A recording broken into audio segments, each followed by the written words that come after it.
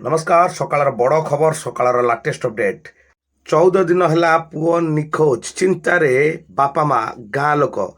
14 दिन पर खोजी खोजी नयांत पर हॉस्टेल पचरा उचरा कर स्कूल प्रधान शिक्षक पक्षर अभियोग कर परिस्थिति केउं भरी भाव में जड़े पिला हॉस्टेल केउं आड़े चली जाऊँगी क्या केमिति निघा नाई ताकू नहीं बड़ प्रश्न 14 दिन है खोजी खोजी नयांत होती सबुआड़े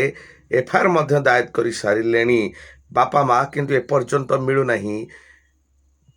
सालू माझी पुओ प्रकाश माझी जी कि 10म श्रेणी रे पढ़ुले हॉस्टेल रे रही पाठ पढ़ुले किंतु गत 27 तारिख हूँ से केउं आड़ू चली जाइछन्ती एजाबत तांका खोज खबर नहीं। रायगड़ा जिला अंतर्गत